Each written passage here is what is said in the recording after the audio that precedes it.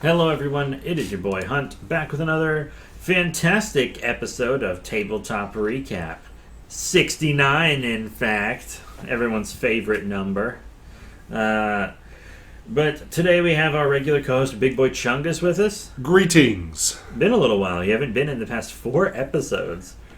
It's been busy. We had spring break with our school, and then just life kicked in. I'm a little gunky today due to sinus infection, and I'm just now feeling better or well enough to get back to it. Yeah. Hopefully the adrenaline from the day will help you with My that. heart's pounding out of my chest. Straight to the heart. Pulp Fiction style. But yeah, today we had another super fun session of Descent into Avernus for Dungeons & Dragons 5th edition, Baldur's Gate style, but not really, because we're not in Baldur's Gate, we're in Avernus. Yeah, it's more like Avernus with a side of Baldur's Gate. Oh, man.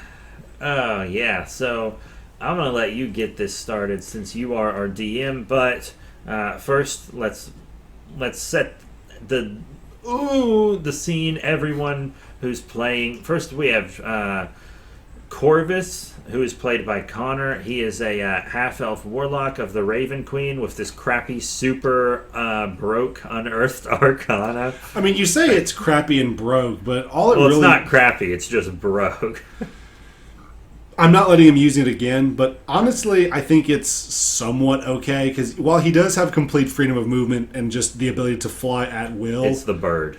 It's the bird part that's broke. Where That you can is turn true. into a raven at will. Even druids can't do that until like peak level or something, and that's like their whole thing. But yeah, that's him. And then we have Lulu flying around, our little like miniature Holyphant who's accompanying us. We have G playing Maestan, who is a very stereotypical lawful good dragonborn paladin of Bahamut, but it's his first character, so it gets to be stereotypical. If tropes weren't fun, they wouldn't be tropes, you know what I mean? Yeah. And then we have me, the guy who just wrecked everything today, but was also always right. Yeah, for the first time, I think, ever that I've seen you play D&D, which has only been about a year, you were that guy for this session. I got a little too into my evil character today.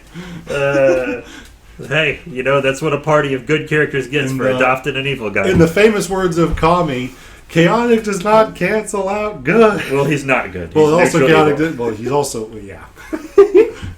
But then we also have a new NPC, Mooncolor. Yeah, we'll get to them though, because they get introduced in this game. Yeah. Keocat playing Guinevere and Jadal Blackline, played by D Legend. We're not here yet again, but Keocat did get her doctorate, so let's give her a little.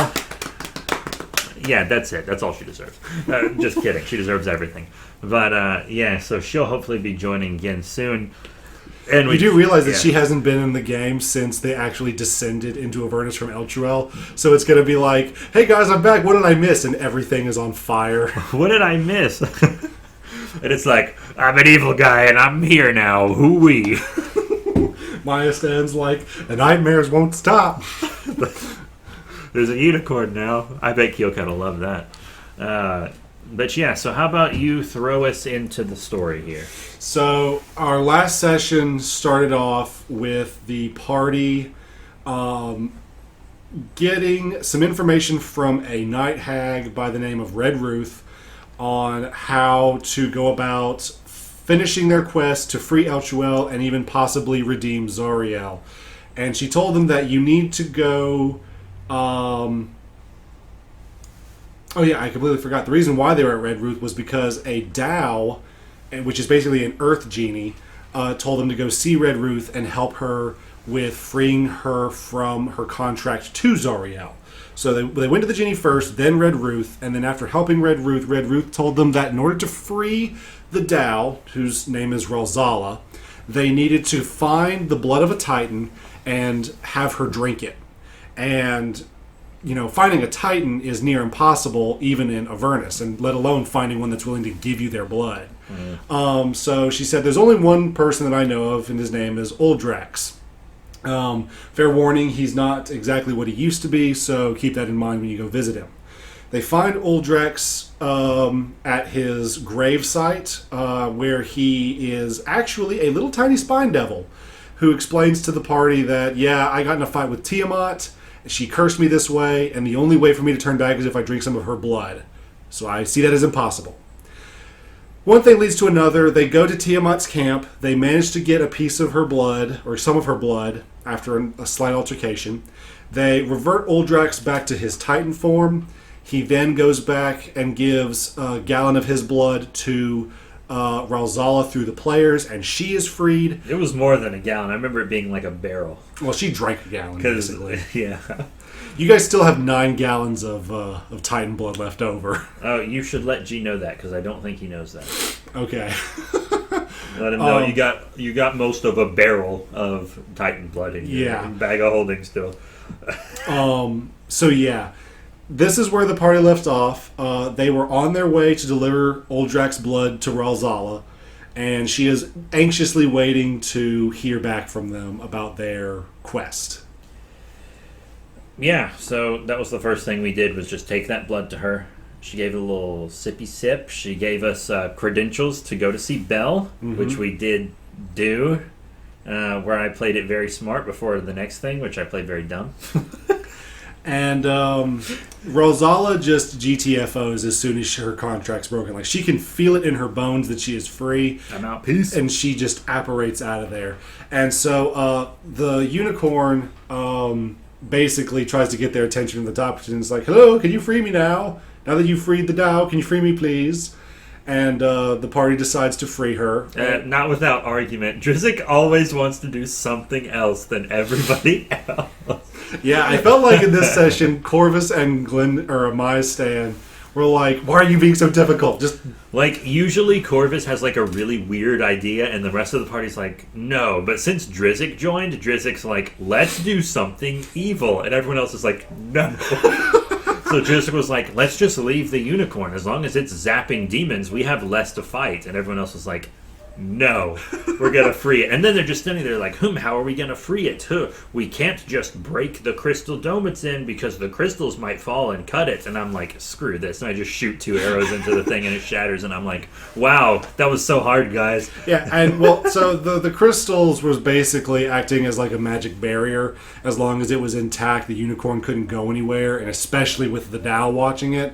But now that the Tao is gone, and once you've shattered the crystal barrier, it pretty much loses its magical potency, which is all the unicorn needed to just teleport out of the orb. So it could get down itself, it just needed its magical barrier gone. Yeah. And then, was it Maestan or Corvus that convinced the unicorn to stay with us? Because I remember there was some discussion about if the unicorn was going to stay with our party, or and if it did, to what extent.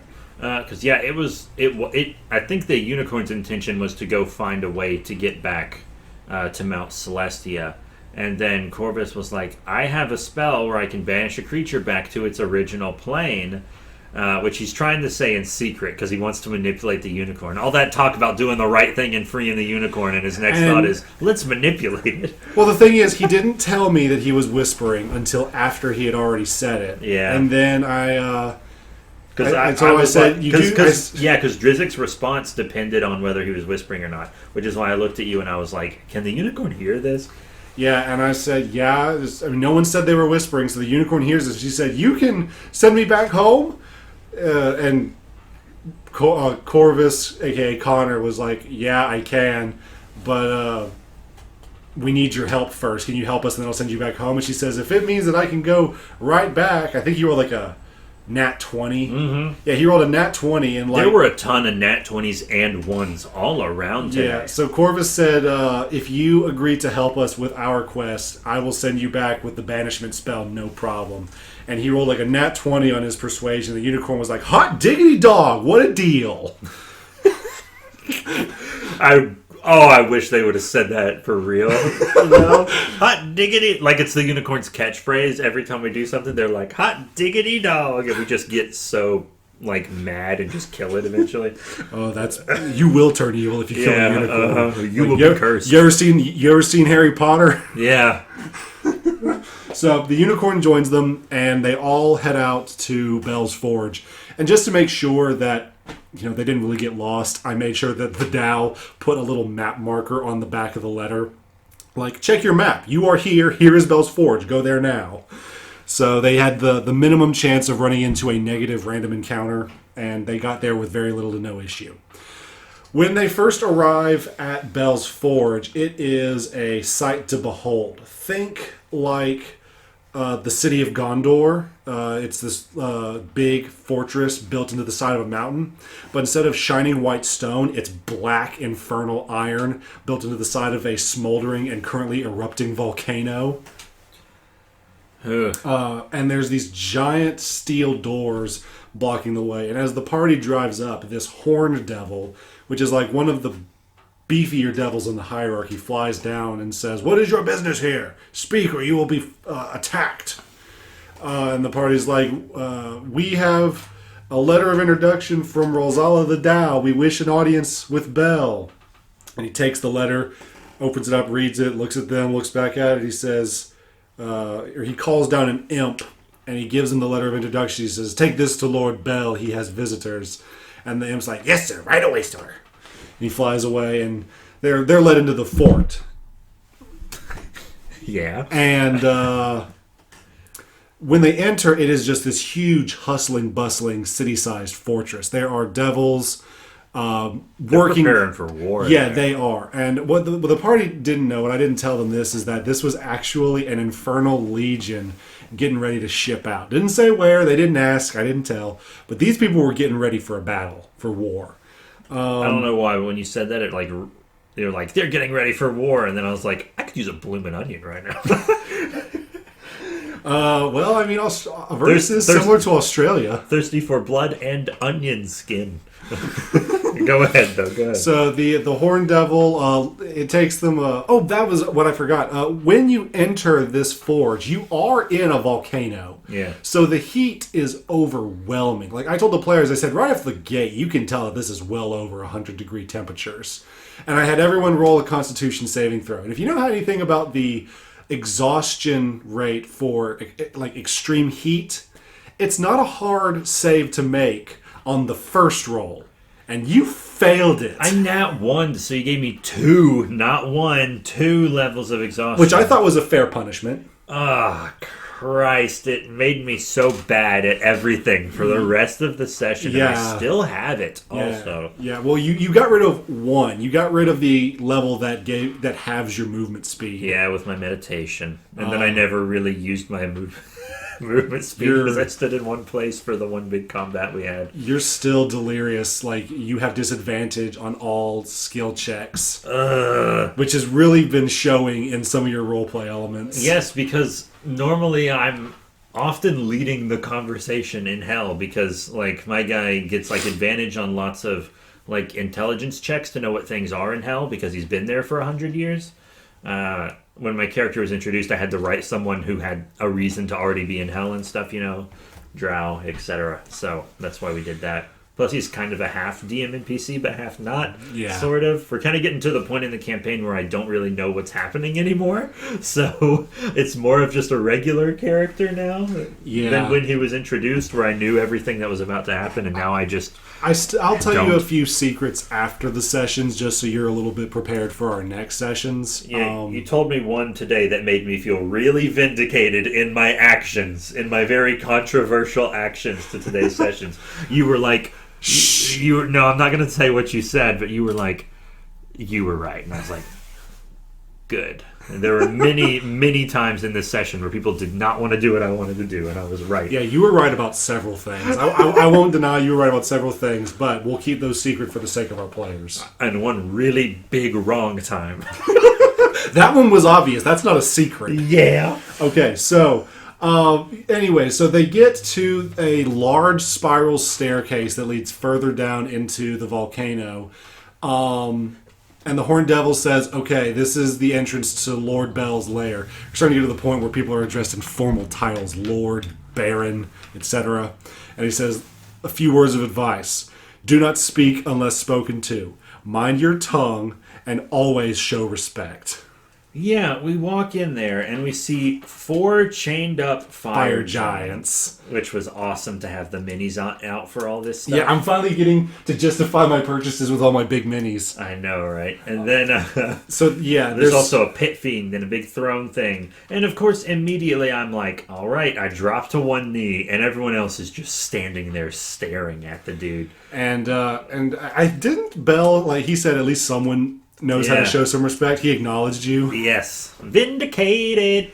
Because, Bell, according to his lore, he was the former archdevil of Avernus. He had his own plane of existence to run. But then he got...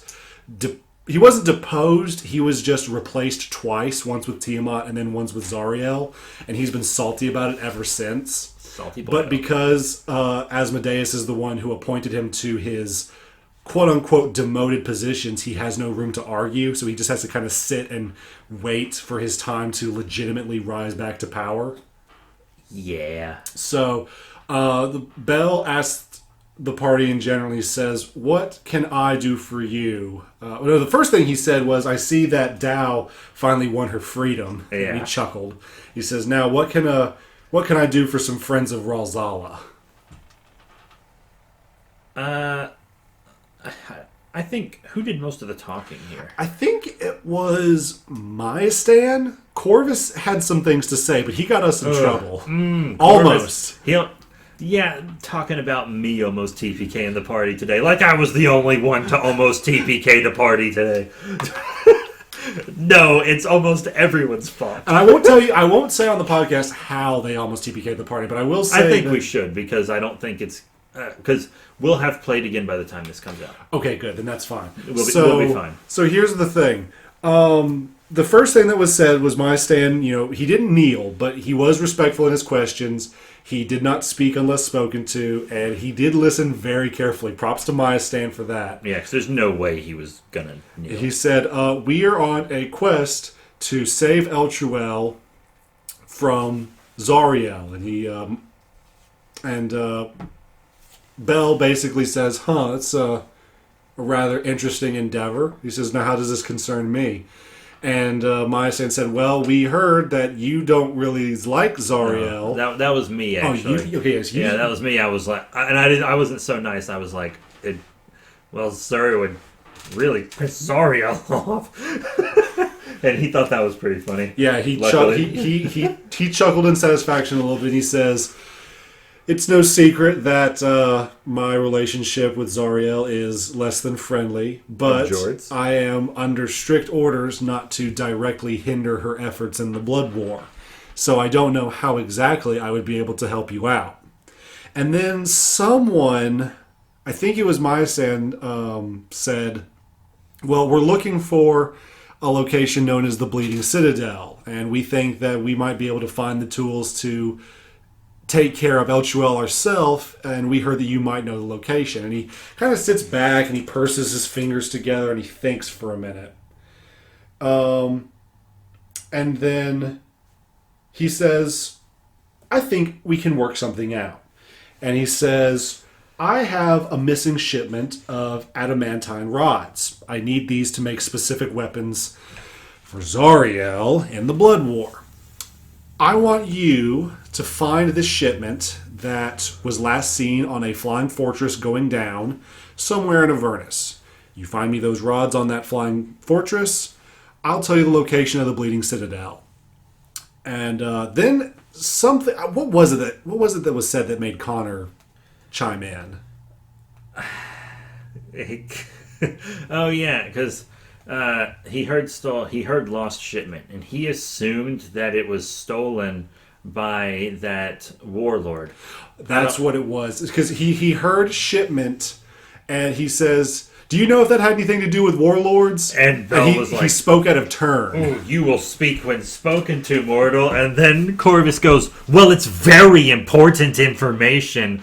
Ooh. And then Bell leans forward, stares daggers into him, and he says, I will dictate what is important to this conversation, and you will mind your tongue. Maestan and Drizzt were like, shut the heck up. Yeah. Shut the heck up. Yeah, Maestan leaned over and was like, shut up. And then I just did that. You know how in anime sometimes like a character will give that serious side eye and it'll like get dark above their brow? I gave him the anime side eye. I was like... I'm the only one being full respectful here. Hey. And Corvus was smart enough to say, "Okay, yeah, I'll shut up now." And so as Bell said, "So that is the deal. You find me my adamantine rods, and I will tell you its location. Are we in agreement?" Didn't even offer to have a contract signed, which I thought the players would be suspicious about because no devil makes a deal without wanting a contract in writing. Yeah.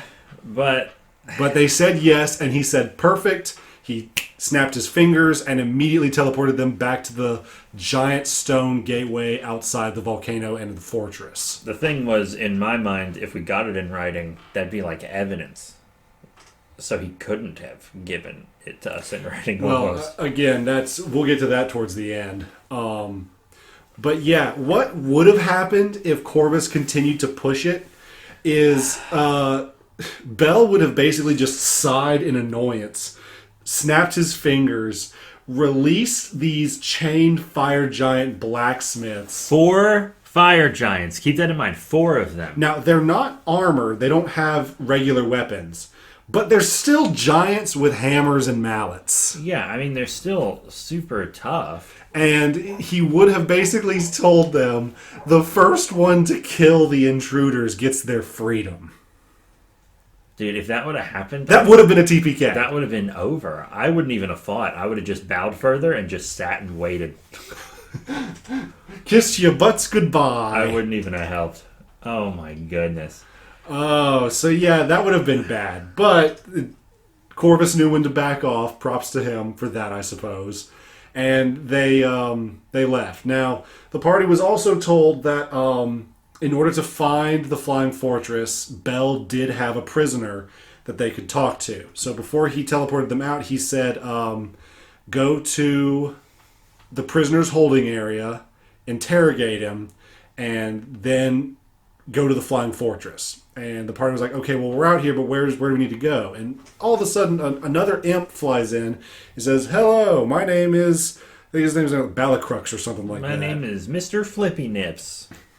Balacrux basically told him, he says, I was appointed to be your guide by Bell. I am to take you to the prisoner area and then help you find the Flying Fortress once it's been revealed. And they're like, okay, cool, no problem.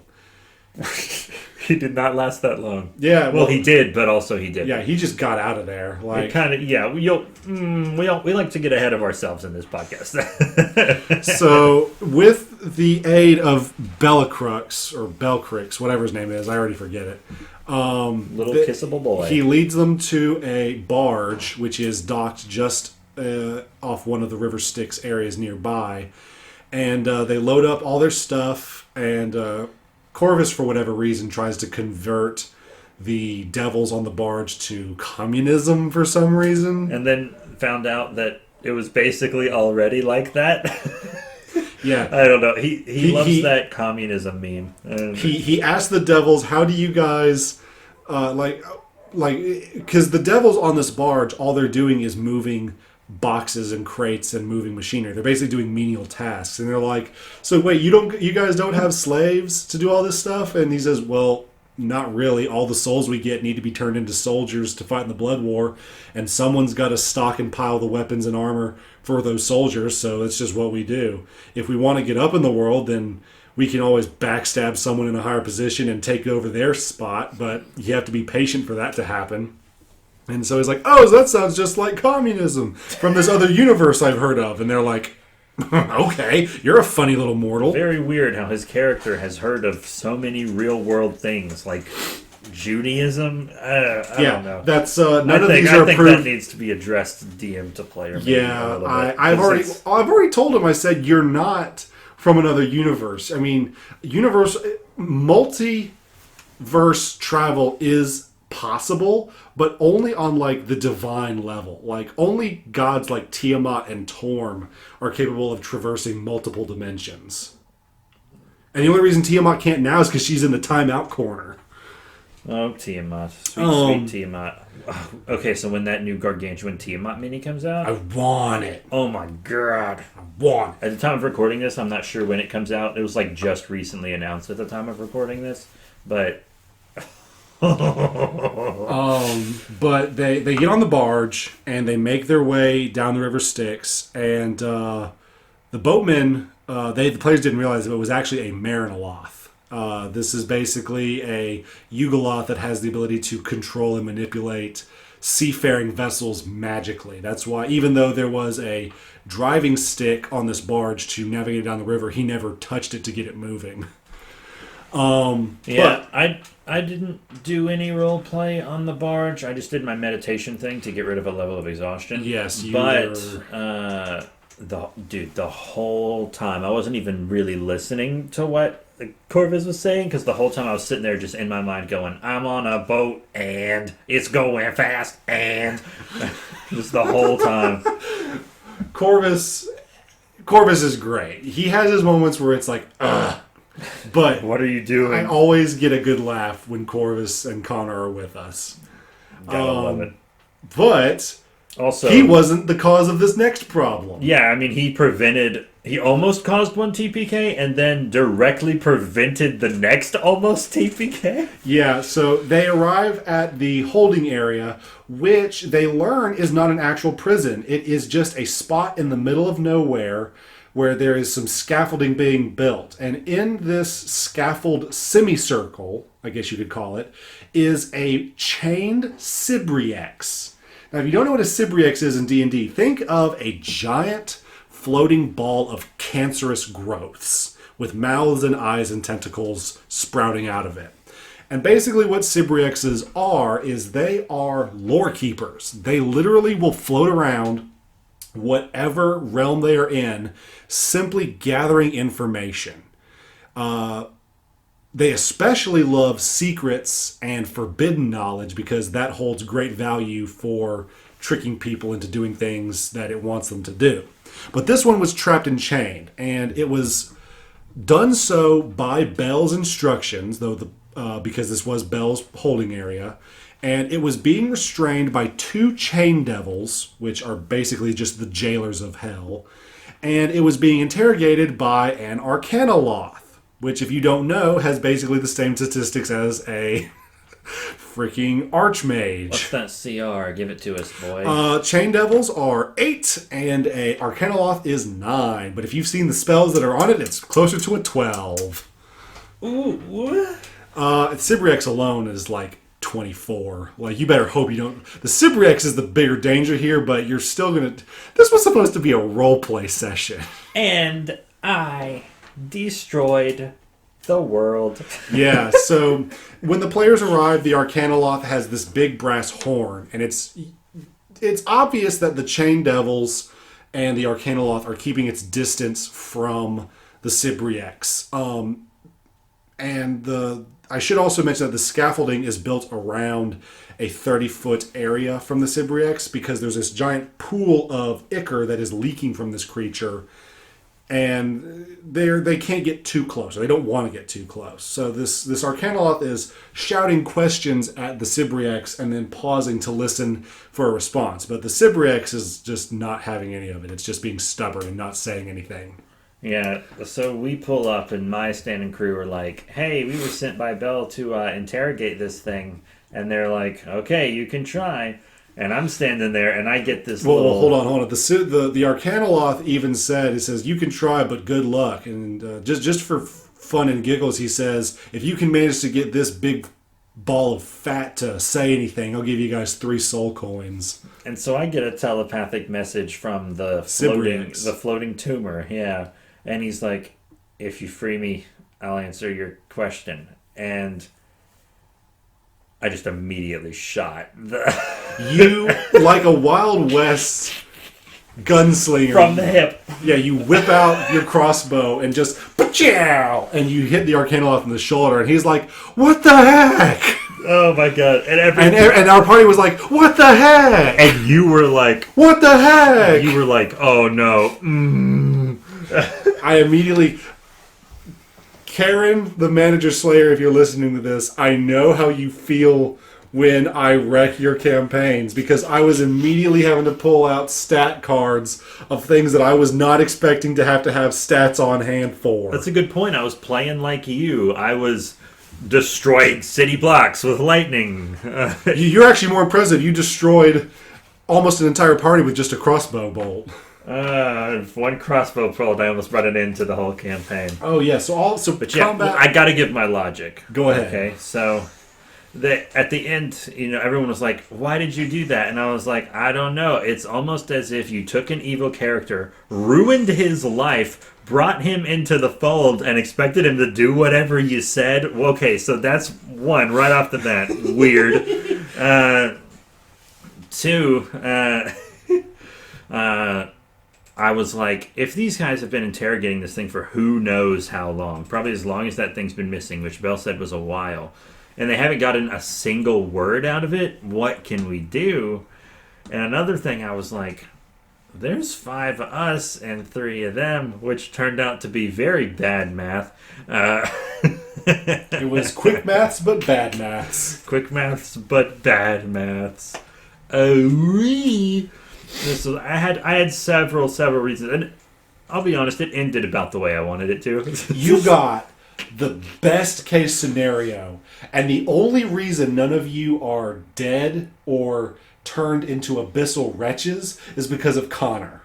Yeah, it ended exactly how I expected. If a chain lightning spell had not been counterspelled by Corvus, it would have been a TPK. Well, so I'll walk through this fight very briefly. So after combat initiates, the Sibriax is restrained.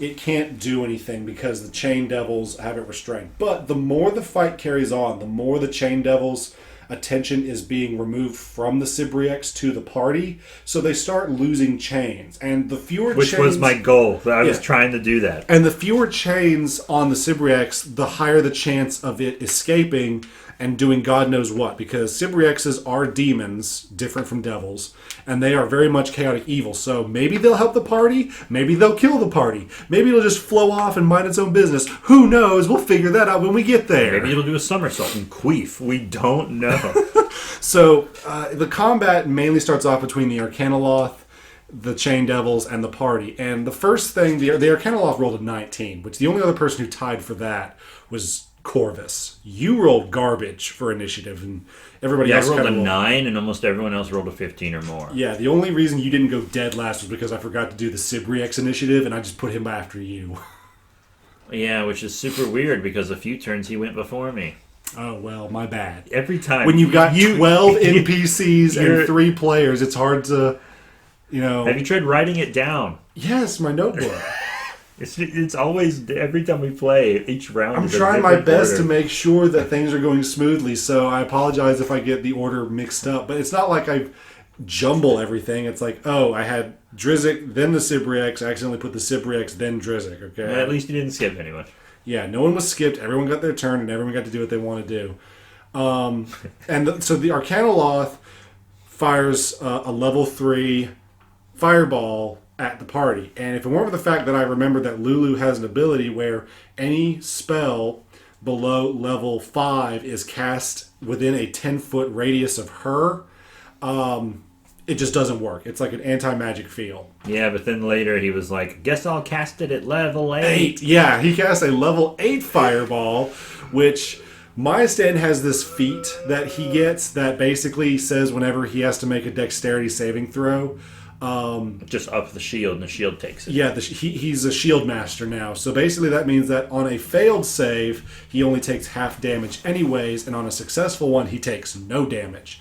It's kind of like the monk's evasiveness ability, where it's the same thing, but instead of a shield, they just move really quick. But I think everybody took at least 23 damage on a successful save, and 46 on a failed. Or 45 on a failed. Yeah, I think we all passed, though. or at least everyone that was hit. Connor didn't succeed. I know one person failed. No. Was it the unicorn? It was the unicorn because Corvus was out of range. Yeah, the unicorn failed. Lulu and Mooncolor came so close to dying in this combat. You guys almost killed the two best NPCs you'll ever get. Did anything happen to Lulu after getting thrown into the demon ichor? She almost did. So there was another chance. Excuse me. Another section in the fight. Lulu.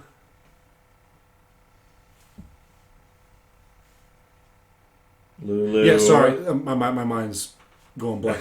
Sorry. Yeah, the Chain Devil hit Lulu and made a nat 20. And so basically what that did was it not only dealt damage and grappled Lulu, but the devil also got the opportunity to throw her into the shallow pool of demon ichor, which the players now at this point know can be a mutagenic as well as a form of nitrous for their rides. Yeah. And Lulu almost failed her Constitution saving throw. She came that close to having a demonic body part grew out of her basically. And then the Arcanoloth, everyone's doing decent damage. It really, honestly, the party would have been done for much sooner if it weren't for the fact that Connor had Counterspell, which came in real handy when the Arcanoloth tried to cast a Chain Lightning spell, which would have done 8d10 lightning damage to 4 players. Waka waka. 8d10. That's I don't even no. But then Connor counterspelled it, and that saved everybody. And then the Sibriax, on the third turn, managed to get free, and it used its Manipulate Flesh ability, where for a 120 radius, all creatures have to make a Constitution saving throw, which everybody in our party did succeed, except was it you or Corvus who failed? I rolled a nat 20. Okay, so yeah, you didn't take anything. It was Corvus because he almost passed out. Yeah, Corvus took he was poisoned. He took a level of exhaustion, and Mooncolor did heal him to prevent that. But if he failed again, he would have gotten another level of exhaustion, and then if he failed a third time, he would have gotten another level of exhaustion. Basically that repeats until you die, and then when you die, you're turned into an abyssal wretch. Woof. But Connor did succeed after being healed, because it only works as long as you stay poisoned from that effect. And with Mooncolor there, she used her healing touch ability to remove the poison status. So yeah, he was just and G exhausted. was healing Mooncolor the entire time. Yeah. So pretty much, the party did well. I mean, it was basically a battle of attrition to where the Arcanoloth and the Chain Devils wanted to kill you. But if you managed to distract them long enough to free the Sibriax would have killed them, which it practically did. It turned one of the Chain Devils into a wretch. It did enough damage to the other Chain Devil that Corvus was able to finish it off. No, you finished it off with your crossbow. Indeed. And then the Arcanoloth saw that this was hopeless, and he said, screw this, and teleported out. Yeah, which was what I was going for. And then the Sibriax tried to float off without giving you guys anything. And I was like, hey, we had a deal, bucko. And he was like, no. Yeah. Which I expected him to do, to be completely honest. Yeah, the Sibriax. Now, he would have just ignored you, but Connor rolled like a nat 20 to get his attention. Yeah, I gave him advantage also. Because, remember, I was like, look, we just freed you, man, and you're just going to get locked back up by Bell if you don't tell us what we want to know. Yeah, which, by the way, when you started that conversation, you just walked up to it, which you had to make another Constitution saving throw. Because I don't know if you guys know about Sibriax. I still did it. I still did it successfully. Yeah, but you just walked up to a Sibriax without any questions. I don't know what a Sibriax is. And then... this thing could have eaten you for all you know. Yeah, I don't care. And remember my guy's philosophy: dead or alive, he's in hell either way. True. Which he did have to express later. But he was like, "Look, Belle's just going to get you again. We're going to send that unicorn to go get him if you don't, tell us the one thing we want to know." And he was like, "You won't be able to find me." And then I cast a tracking spell on him immediately, and I was like, "You sure, bro?" And he still didn't buy it because he's like, I asked what Fairy Fire did, and you basically made him smell bad or something. You didn't ask me what Fairy Fire did, but it allows me to track him. And then he still just did not care that I could track him. He was like, "I could probably get rid of it," and I was like, "Is anyone gonna chime in and help me out because I have disadvantage on all my checks?" So Corvus chipped in, didn't he? Yeah, even though he should have had advantage too, but I think that was removed with his healing on accident and wasn't supposed to be. But it doesn't matter because we won, so I don't care. Well, but he said something, and then I chimed back in, and I was like, "Also, if you help us, we'll just straight up tell Belle you're dead." That's what it was. I was holding till last because I really didn't want to lie to Belle because who we and then that gave Corvus advantage. My little offer. Yeah, and so you guys rolled really high for that check, and the Sibriax is that would definitely save me a lot of trouble if Belle thought I was dead. Yeah, that was a nat 20, I believe. So he said, "Very well, I will give you one free piece of information for delivering that information." Dude, I swear to God, I thought someone was going to say, "Really? You'll give us one piece of information?" And then he'd be like, "Yes," and float away. He would have. Dude, I swear to God, I thought that was going to happen. Because you know how Corvus always asks 1,000 questions about everything? I wish we knew that an hour ago. Which can be really helpful. But also, in this situation, it could have really destroyed us. And I really thought that's what was going to happen. But no, they asked him the location, gave it to us on the map. Of course, someone had to approach him to show him the map, which my stand did. And then he tried to backtrack it. My stand, I told him, I said, "Okay, make a Constitution saving throw." And he says, "But I haven't gotten there yet." I'm like, "You just said you were approaching the Sibriax." Yeah, you have to show him the map. You just said you were going to do that. And he was like, "No, I was going to show the map to Corvus." We were like, "You little liar." So Corvus, being a good sport, takes it over. He says, "Fine, you know what? I'll do it myself." And he uses Mage Hand to send the map over to the Sibriax. And I'm like, that's pretty smart. Oh, yeah. Was I peeing when that happened? Yes. You were in the restroom. I was like, I don't remember that. I think I was peeing. Corvus specifically asked if he could use Mage Hand to take the map to the Sibriax. The Sibriax wanted to mark it for him where the crash was. And he did, and they moved on. You returned from your bathroom break. I think we all took a break at that point. I think we did all... No, because first we had... they punched me. Oh, yeah, that was...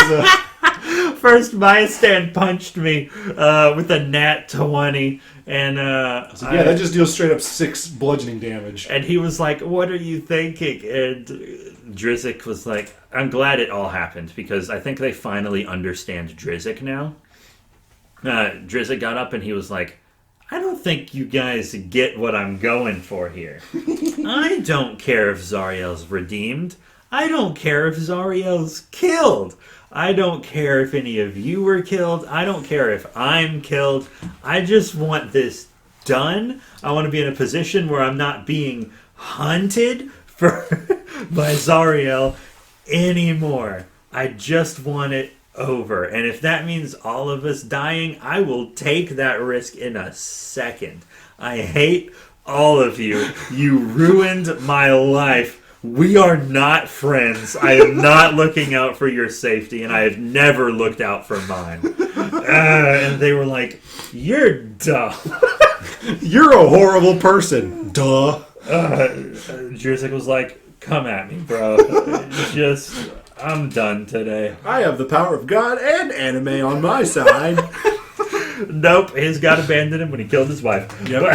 Oh yeah, that was something else I forgot to mention in the fight. Yeah, Chain Devils also have an ability where they can turn into the humanoid or being that causes you the most fear. And your character actually failed a wisdom saving throw and you saw your ex-wife come into the fight. Yeah, and I was like... The one you killed. I was like, oh no, she gonna get me. That was good. And Corvus saw someone he failed. Failed brother in arms with his cult. And then also my stance saw the human personification of Tiamat. Yeah. Which, that wouldn't be something he would be unfamiliar with. I mean, it's no secret that both Tiamat and Bahamut use human guises. I thought he was going to see Joshua. But he doesn't really fear Joshua. It specifically says someone you're afraid of. Yeah, but I figured he would see him for the same reason that Corvus saw his brother in arms. They failed him. Fear of failing. Oh, maybe. It was a spur-of-the-moment thing. But he passed the saving throw, so he was never afraid of it anyway, Yeah. So it doesn't really matter. It doesn't matter. They leave the holding area with the Sibriax, knowing the location of the flying fortress, and they come to this wasteland, almost like a salt flat area or just a flat desert, with these massive flaming tornadoes dotting the landscape. Which we drive through no problem. Our machines were faster than Now, them. if you guys were on foot, because some of you forgot to put in soul coins, then you'd have a problem. They don't forget soul coins. They refuse to use them, and I have to trick them. It's like Superman trying to get Mr. Mixius Spitlick to go away. Also, you have to remember, they drove from the Dow to Red Ruth to Uldrak to Tiamat, back to Uldrak, back to the Dow to Bel, and then the Sibriax. They're low on fuel now. I should be almost ready for me, too, right? Yeah, they're low on fuel. Because I put mine in a little after they do, I think, because they got theirs before I showed up a little bit. I have a few more miles usually than they do. Yeah, because you're better about it, and then my stand just straight up won't do it. He's like, we'll just steal the next Devil's Ride from the next devil we come across. You don't know when that's going to be. You don't know how much is going to be in its tank. You only know how to drive one devil, one vehicle. Yeah, you also don't know how dangerous the passengers of that particular Devil Ride are going to be. Yeah, we've never encountered a devil ride in the wild that didn't have people who didn't have people who weren't technically too strong for it. Yeah. Bad times. Yeah. So we get to the crashed ship through the tornado field. Cool tornado field. That would have been a good fun little scene in a movie. But yeah, we get to the ship. There's a little recon done. No one really sees much. We go in. Corvus reads the Infernal and he's like, this is what Infernal says, and he really lays it out. And I was like, I can read, dude. I can read Infernal too. I've been here for like a century. You think I lived in Avernus for 100 years and can't read Infernal? I'd be dead. I'd be straight up dead. So yeah, the party, they follow the signs in Infernal, and the first thing they go to is, let's look for the storage area, because there's signs that say this, and if we're looking for shipments of metal, maybe it'll be there. And they go there, and it's kind of a mess, but it's traversable. And my stand and Corvus, they do god-awful on their perception checks. I got a double 20, though. Yeah, you got two 20s, so my disadvantage was still a nat 20. Yeah, so you got...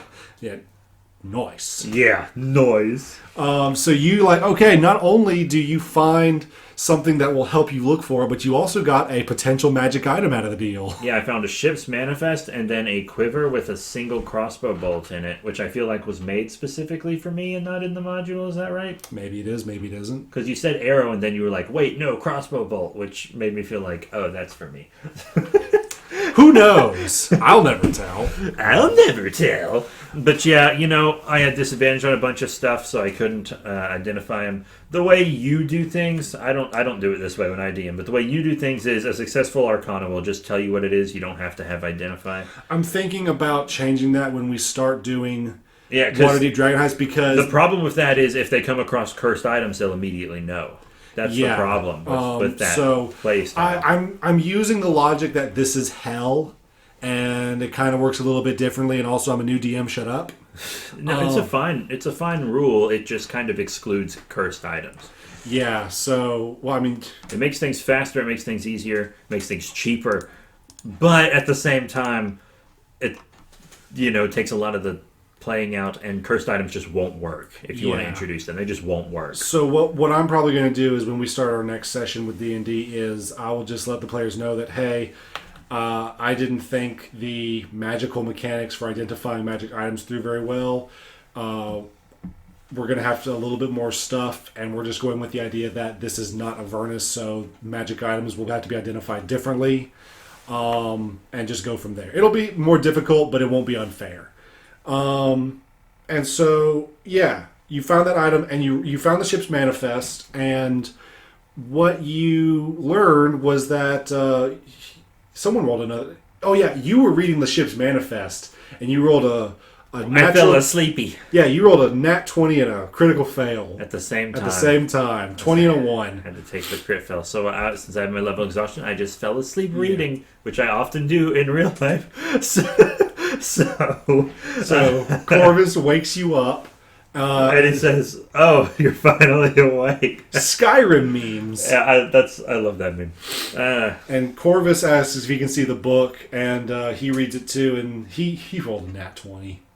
So many nat 1s and nat 20s today. It was insane. Yeah, and basically what he learned was the adamantine rods, specifically under Zariel's orders, because apparently they learned that she ran the ship at one time, was ordered to be moved up to a safe in the command deck, along with some other magical items. Didn't specify what items, just some others, and that is where the things were. And because he rolled a nat 20, I included in a side note from one of the ship's members, it says, "Remember to change code from 666." And so basically, that was who wouldn't guess that though? Pretty... well, I mean, the thing about it is, there was also a riddle for third graders that we were supposed to figure out in the Rick and Morty dungeon that we just said. Oh, that's true. That's true. You guys couldn't match colors. Had he not rolled a nat 20, I would have left you guys to figure out the code on your own. But why not? There's a good way to give it to us, though. There's your reward. You saw an extra note that gave you more information. Yeah, so we make our way up to the command deck. Nothing super interesting happens. We're all searching different areas. Maestan and I just find a bunch of separated stuff. Well, the first thing that happens when you guys reach the command deck is you notice that another crew with Devil Rides and an Infernal War Machine roll up next to yours. And you guys started freaking out like, oh crap, there's enemies here! And then someone... I kind of guessed who it was because you said Maestan saw people of short stature getting out, and I was like, oh, those are death caps. Yeah, and then Corvus also wanted to roll perception on the people on the lowest level. Because, let me explain, in the command deck, the whole front of it is blown away, so it's just this giant window that looks out into Avernus' wasteland. And Corvus was able to say, like, oh, hey, I see 2 Kinku, a flaming skull, and a bunch of red caps. Does that remind you guys of anybody? And it's like, oh, it's Mad Maggie, yay! Yeah, my guy wasn't with them, but you know he knows her because, 1, he has a Devil's Ride, and 2... he has a great relationship with hags. Yeah. It's just his thing. He gets along he well likes with older hags. women. Yeah. So Corvus then flies down in Raven form, and because I told him, I said, yeah, you also noticed that some of the red caps are going through your vehicle. He says, I want to fly down there and see what's going on. You fly down there, and Chukka and Clonk, who are the 2 Kinku, say, they freak out a little bit. And then Corvus reverts back to his human form, and he says, wait, it's me, we're friends, remember? And they do remember him, and they go like, arr! And then Chukka in Mad Maggie says, hey, I thought you'd be dead. Because Kinku can only repeat sounds that they've already heard, and they just repeated Mad Maggie saying that in another situation. And Barnabas kind of takes over role-playing from there, because I hate role-playing as Kinku for too long. Yeah, that's fair. In my homebrew world, I'm gonna have it so that Kinku can just talk normally. Just have a homebrew race called Tengu and just make him that, because that's what just make him Pathfinder Tengu. Okay, sure. Sounds easy enough. But Barnabas, the Flame Skull, takes over, and Corvus asks, hey, what are you doing here? He says, we're on a scrap run for Mad Maggie. We can't do our job and keep the garage running if the metal runs out. Yeah. And he says, yeah, so you guys have this location. I said, the red caps are still going through your car, by the way. They haven't stopped.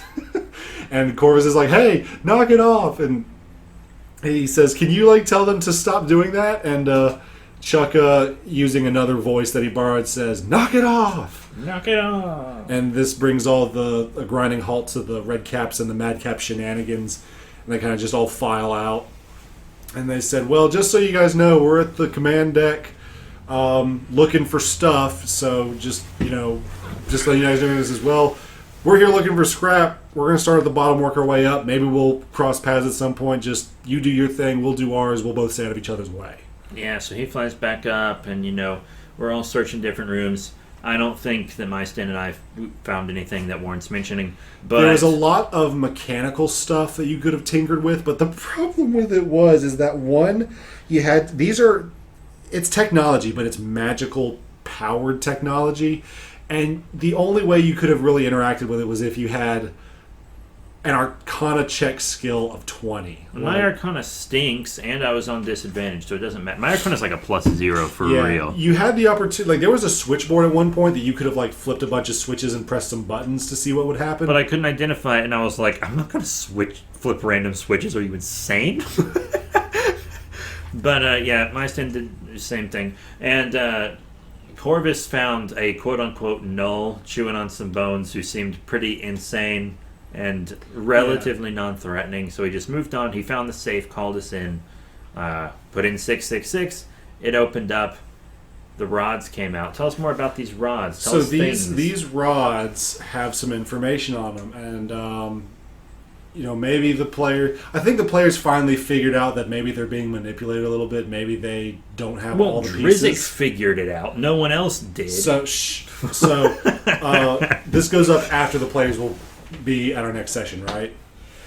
Almost certainly. Okay, yeah. Just make sure that this doesn't go up before they've gotten to the next session. At the time of recording, there are 4 episodes that need to go up, which is 4 weeks. Okay, we'll definitely play before then. Okay, so we're fine. We're playing in 2 weeks. So these rods have a little bit of infernal writing on them. They all say... Oh, shoot. Give me 1 second. They have the proper name of the companion on them. Yes. Which is Solaris something. It's the Solar Insidiator. Yeah, and they're numbered 1 through 9. There's 9 of them, right? Solar Insidiator Lock, which each rod has engraved, and there's the rods are numbered 1 through 9. And the players asked, and the book even says that the players don't have to roll for this. They will recognize the name Solar Insidiator from the contract that Thavius Krieg, the man who doomed Eltruel to hell, listed in his contract. Not Drizzt, he wasn't there, but everyone else. Mooncolor wasn't there either. Mooncolor's like, what is all this lore? Mooncolor was so confused. Poor baby. But yeah, so Maya Stan made the first connection, like, oh yeah, isn't that what Thavius Krieg mentioned in his contract? So these rods can be used to probably unlock it somehow. And this is where the party started to get split a little bit. Yeah, because Drizzt was like, that's it then. Let's just take him to the companion and get Eltruel out. We'll be done. It's over. And Lulu was like, but what about Zariel? We gotta find her sword, which can also do it, and then hopefully redeem her. And I was like, why? Someone's just going to take her place if we redeem her. And Maisan actually did consider just going straight to Eltruel to free the people. But it's when Lulu... Because he really cares for Lulu. Yeah, saving Eltruel is their main priority. But freeing Zariel is like the side quest. Yeah, because for a sec they were both like, no, we're going to go try to redeem Zariel. And I was like, oh, sorry, I guess the people of Eltruel just aren't as important to you as I thought. And then there was this long pause, and then the debate started again because they were like, wait, no. Yeah, and Lulu told them, she said, look, I want to help the people of Eltruel too, but I made a promise to Zariel. So I'm not saying I won't help you to the best I can, but I am saying that this is or will be soon where we part ways. Yeah. If you decide to go free the people of Eltruel now. Yeah, she basically said, if you free Eltruel now, which would have been the good guy thing to do. Still, in my opinion, it was the evil guy saying, let's do it, but whatever. Well, you also just got done cheesing the party off, so they weren't willing to listen to you either. Yeah, at the beginning of the session, I was like, really good decision in Belle's place. And then we go to the interrogation place, really bad decision. And then we get to the fallen ship, really good decision. But no one wanted to listen to my good decisions. Which is fine, I'm used to it. I'm used to Kabuto having to keep you at bay and Gaddock having to keep you at bay and just you having to be kept at bay. So Elephant was like, Lulu was like, Zariel's sword can also free Elchuel, and Drizzt went, cool, where is it? And Lulu just was speechless, and he was like, okay, so we don't have the sword, we have these, we can save these people now, I can get out of hell now. We don't have to go back to Belle. And I also made the argument where I was like, if we go back to Belle, he has to take them, he can't let us leave with them, because that's him going against Zariel, which was my logic. And I was like, he can't do that. His boss says no, so he has to take them from us if we bring them to him. But, so the ultimate decision was Drizzt was outvoted. Mooncolor was kind of neutral. She was just like, you guys do what you want. I know nothing about this. This is very confusing at the moment. Lulu was obviously in favor of freeing Zariel.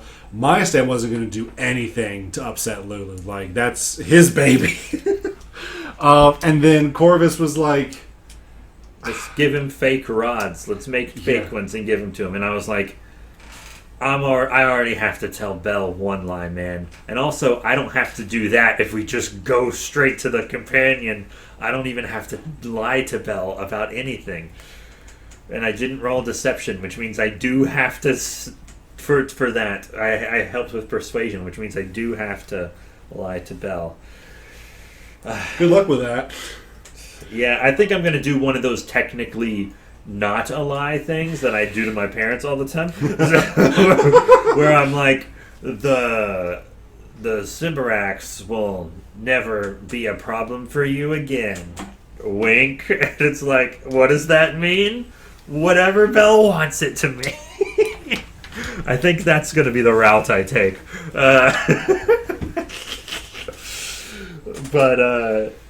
Yeah. Okay, so then you guys make the decision that we're going through with returning the rods to Belle. They make the decision. I still don't want to do it, but the royal we. Yeah.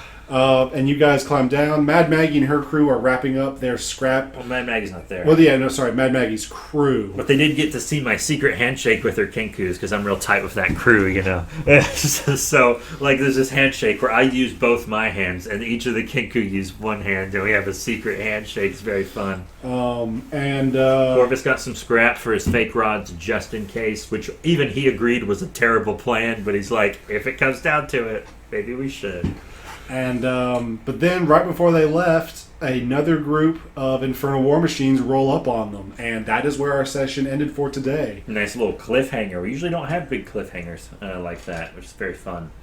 So in 2 weeks, we'll find out, and so will you probably. Might be more than 2 weeks for you guys. I already know who's rolling up. I don't know who's rolling up, and I kind of don't want to know.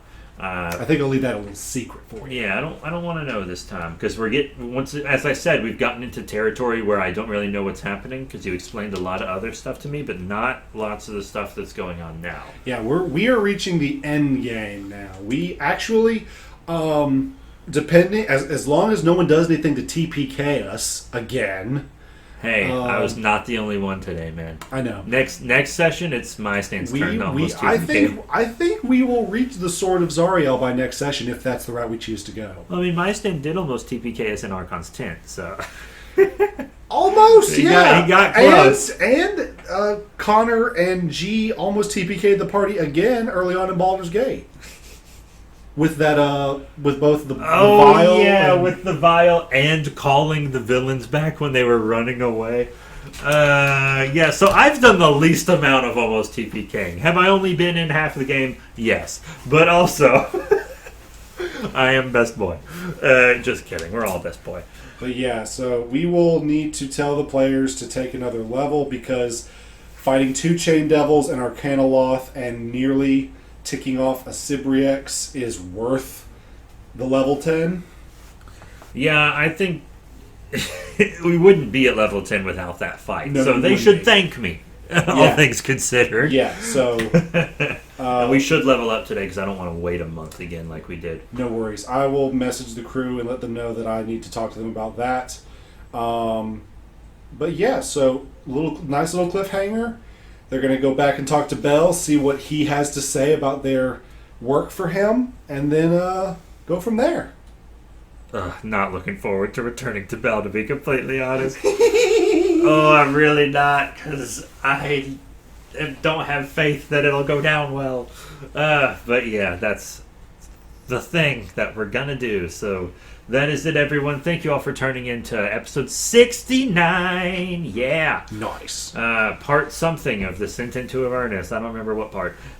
This is session 15? 15 sounds right to me. Mm-hmm. Yeah, 15. So that's it. Thank you all very much for your support. The very next episode should be Karen's Campaign Part 4. We thought it was done. We thought it was over, but a mysterious message appeared in the old group chat that said D&D ? Ellipses, and we were like, yes! Yes! Chunga, chunga, chunga, chunga. We have to. Chunga, happy. I guess they went long enough without playing.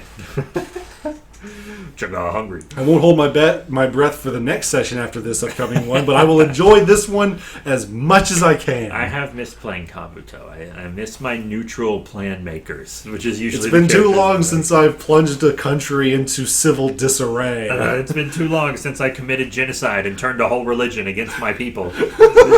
God, you play the worst guys, I swear. I don't know why you do that. I don't know. Sometimes I surprise myself. You're a monster deep down, and you just let it out through your role play. Yeah.